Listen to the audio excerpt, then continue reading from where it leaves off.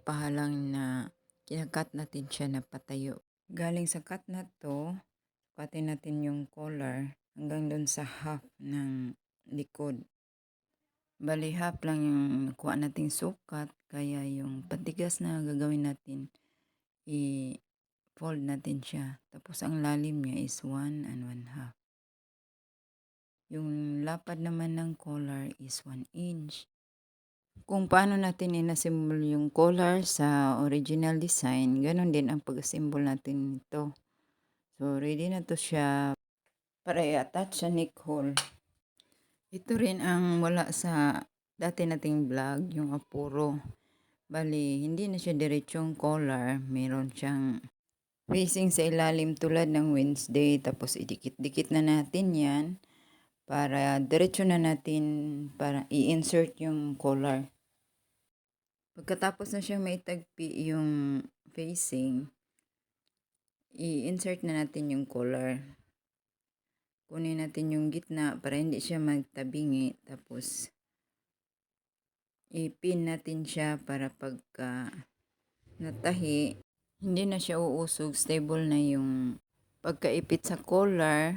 Tapos, dire-diretso na tayo sa tahi.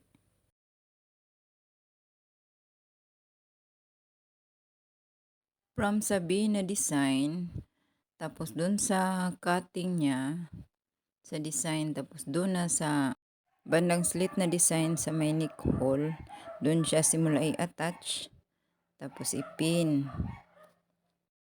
Dapat siguraduhin nakapin ang bawat center para hindi siya magtabingi. Dapat naka-center talaga yung pagkapin para pantay ang bawat side.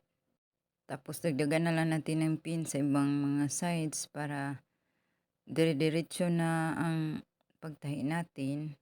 Tapos matibay din siya. Matanggal man yung ibang pin, meron pa rin siyang mga nakapin na naka-hold sa bawat sides. Pwede rin naman isa-isahin mo siya pagtahi para isa-isang pagtagpi. Pero karaniwan kong ginagawa is pinipin ko siya bawat side saka yung collar tapos isang tahian na lang. Kasi sanay na akong gumagawa ng ganito. Sa katagalan ba na ang panahon na nananahi ako. Pagkatapos siyang matahi para hindi siya mag-wobble kapag binaliktad, cut natin yung mga bandang may or yung may sides tapos yung mga curves para kapag na-flat is hindi siya mag-wobble.